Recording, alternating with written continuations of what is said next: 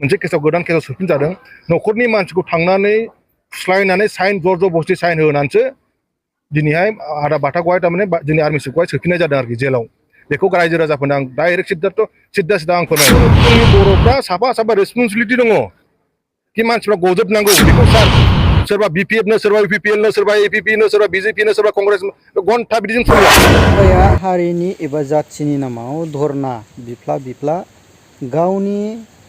पलिटिकेलनि जे केरियारखौ नायदों थिग बेबायदिनो दानि जोंनि बर'फोरनियाव जिहेथु बहा बर'आ गोरोबलायफेरै दङ सोरहा बबेया आरो पिस दङ बबेयाथो हारमनि नङै दङ ना बर'आ गोरोबलायखानायखा बर'आ खौसेथिखा पलिटिकेलावसो गावस्रालायनाय खिन्थु खौसेथिया थिगैनो दङ दा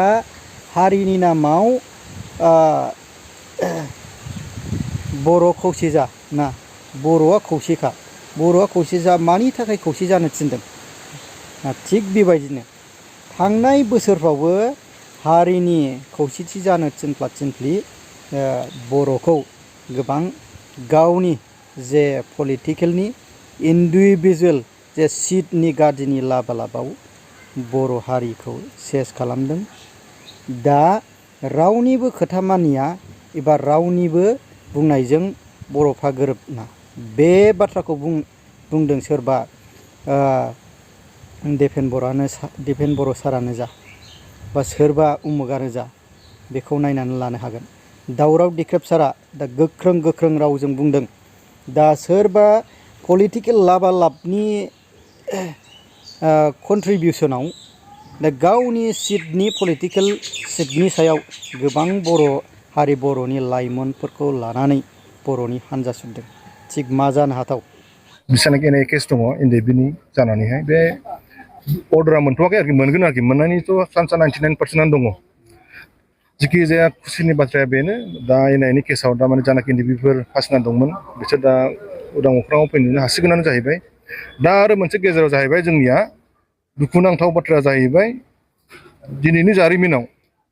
जोंनि बाटा बिनिखौ थारमाने आरो बे बेल मोनाखिसैलाय बेखौ लाखिबावलायबाय गोदान केसाव बिनि केसा जाहैबाय 2021नि गसाइगावनि केस जानाय होननानै बिसोर बुंदों बे मानसिया बेयाव इनभल्भमेन्ट गैया दा बेखौ गोदानै पुलिसफ्रा कनस्पिरेसि खालामनानैहाय बेखौ सोबावनाय जादों आरोखि दहाय आं खोन्थाखानोसै जानाखि दिनैनि जानाखि जोंनि आर्मि चिफ बाटाखौ लाखिफिननायनि खारना जाहैबाय पलिटिकेल इस्युस थाखागोन बियो 100% बेखौ जों टारगेट खालामना लाबाय बेखायनो जोङो गभर्नमेन्टजोंहाय जों नन कपारेसन खालामनो थागोन आरोखि जेब्लानासिम जों बेल मोना आरो दिनैनि बाटाखौहाय जुदि बेलाव हगाराखै मोनसे केसाव गोदान केसाव सोफिनजादों न'खरनि मानसिखौ थांनानै फुस्लायनानै साइन जर बस्थि साइन होनानैसो दिनैहाय आदा बाथाखौहाय थारमाने जोंनि आर्मि चिफखौहाय सोफिननाय जादों आरोखि जेलाव बेखौ रायजो राजाफोरनो आं डाइरेक्ट सिद्दा आं फोरमायहरो लायग्राया जाहैबाय एडिसनेल SP आजिया गलिनुर क्राइमनि बियो बेनि दैदेननायावहाय आदा बाथाखौ एरेस्ट खालामदों आरोखि लेखायाव देखायनाय मथेबा एडिसनेल SP क्राइमनि आरोखि बे क'क्राझारा बेखायनो जों बिराद दुखु मोनदों NLB जानानैहाय जाहाथे बेबायदि केसाव बिदि बार फासि जानायखौ जों बायो आरो बिदि दाखालामथों आरो सोरबा जुदि बेहाय जुदि बिहाइन्ड द स्क्रिनाव जुदि दंबा खिन्थु बेखौ जों कमप्रमाइस खालामनाय नङा आरोखि बेनो आरोखि जोंनि दिनैहाय जानाखि एनआइआव ट्रायल दङ माबा मा होनो पिटिसन होदों बेल पिटिसन होदों 36 जनावहाय थारमाने 33 जना मोननो हागौ मानो होनबा सासे लाइफ सेन्टेन्स दङ बे मोनथ'नाय एसे देरि जागोन बेयाव मोनगोन बे बेल अब्लाबो मानसिया गनाय नङा आरोखि बेला गासैबो मोनजोबगोन सोरबाया गनाय नङा आरोखि दा सोरनिबा माने एक्सट्रा केस गोनांफ्रा फिसा थाबावदोंबा आरोखि बहाबाफोर जुदि गासैनिबो कर्टआव जुदि क्लियारेन्स मोनजोबबायबा गलांगोन आरोखि बेला खिन्थु एनआइनिफ्राय उदां जासिगोन आरोखि गगोन आरोखि दिनैनि समाव बाथायाबो गनो गोनांनि बाथ्रामोन बाथाया दिनैनि समाव गनो गोनांमोन नाथाय दुखुनांथाव बाथ्राया बेनो जाहैबायना गोदान मैयासो एडिसनेल SPआ कर्टआव फैनानैहाय बाथाखौ बेल होना होनदों बेखौ जोंनि कर्टनि मानसिया खोन्थादों आरो लोगोसे दहाय फुङाव फैबावबाय जर बस्थि न'नि फंबायखौ साइन लाबावबाय जास्टनो खोन्थाहैबाय जास्टनो बुंजाबाय ग्राउन्ड रिपर्टआ मोजां लाबो मानो जानला लाबोलानाय मानो बिदि होफैलाबायदों होनजाबाय थांफिनबाय दाना साइन होआखिसै न'खरनि मानसिया जर बस्थि बिदि होगोन बिदि केस लागायगोन होननानै दा जर बस्थि माबा होनबाय इमसनेल ब्लेकमेल खालामनानैहाय दा होना होबाय दा माबाखौ मा होनोमोनलायो केसखौ दा उफाय गैया जोंबोथ' माबाबाय थानाया जुदि केसा जुदि जाबसिनबावोबा नोंथांमोना मिथियाखैमोन नामा जे बाथानि सायाव बेबायदि केस जाफिनो? बेबायदि केसा अलरेडि सिगांहाय 6 जन एरेस्ट खालामदोंमोन बे केसाव ओमफ्राय बे केसाव एरेस्ट खालामखांनानै बिसोर गासैबो बेलाव दङ बे जुदि 2 बोसोर जाबाय जेलाव थानाया बे केसखौ मानो होआखै सिगां मानो इनभेस्टिगेसन खालामाखै जेब्ला इनायनि बेला मोनबाय बाथा गलांसिगोन अब्लासो मानोथो होफैबावनांगौ जाखो बेथ' इनजास्टिस ना टटेलि बे बर'नि एगेन्स्ट थांबाय आरोखि बियो आरो जायनाखि बिनि बिहाइन्ड द स्क्रिन दंना है गवालै सिद्दालै बियो नोंथांमोना सेटिसफाइड गैया दा? सेटिसफाइड गैया बोरै जानांगौ जाखो नोंनि मानसिया जुदि जेलाव थायोबा नों बोरै सेटिसफाइड मोननो मोनगोन नामा रायजो राजाफोरनाव सोङो रायजो राजाफ्रा बुंगोन सेटिसफेक्सन जानाय नङा होननानै मा बुंनो लुगैयो बिटिआर सरकार? आंथ' सरकारखौ गासैबो खावलायो आं बिटिआरखौल' खावलाया आं आसाम गभर्नमेन्टखौ खावलायो इन्डियान गभर्नमेन्टखौ खावलायो बिटिआर सरकारखौ खावलायो गासैबो खावलायो जोंनि बर'फ्रा जानाखि दावहा नांबोबाय माबा मोनसे मोननो थाखाय दा गासैबो सिस्टेमाव फैजोब्बाय दा सोरखौबा दोननाय सोरखौबा बख'नाय बेथ' जानो नाङाना आं गासैखौबो खावलायगोन आं पार्टिकुलार थोंजों सासेखौल' बुङा दायनिगिरिया गासैबो जायनाखि पावाराव दं बिसोरबो दायनिगिरि जागोन जुदि गवाबा जायनाखि पावार गैया नेक्स्टआव फैबा बिसोरबो दायनिगिरि जागोन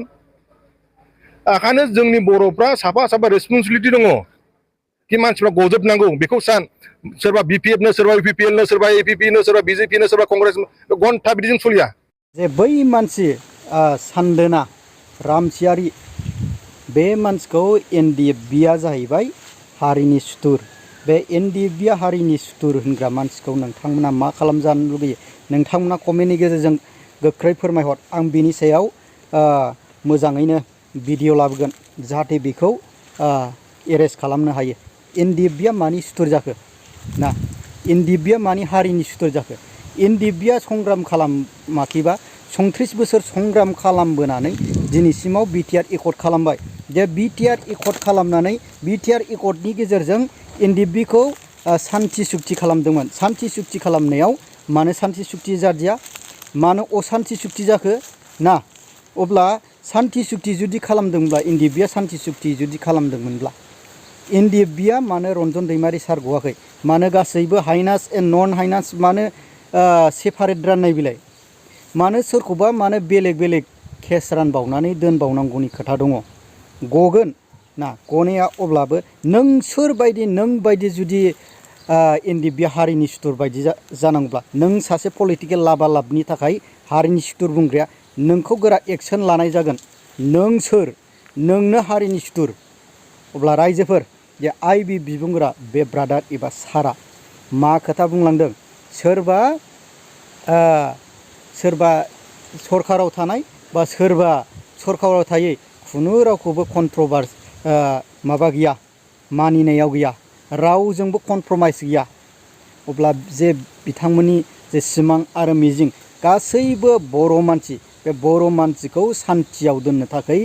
असान्थि खालामनानै दाबो सरकाराबो गासैबो बे आयेनखौ लायाखै नामा अब्ला रायजोफोर नोंथांमोनहा मा बुंगोन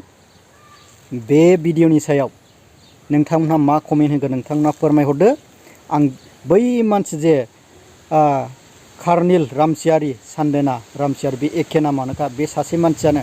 बे मानसिखौ नोंथांमोना मा खालामजानो लुगैयो नोंथांमोना कमेन्टनि गेजेरजों फोरमायहरबानो जाबाय आरो जायफ्रा आंनि चेनेलाव गोदान चेनेलखौ साबस्क्राइब खालामनानै लादो आङो बेखौनो गुरै खावलायनाय जाबाय।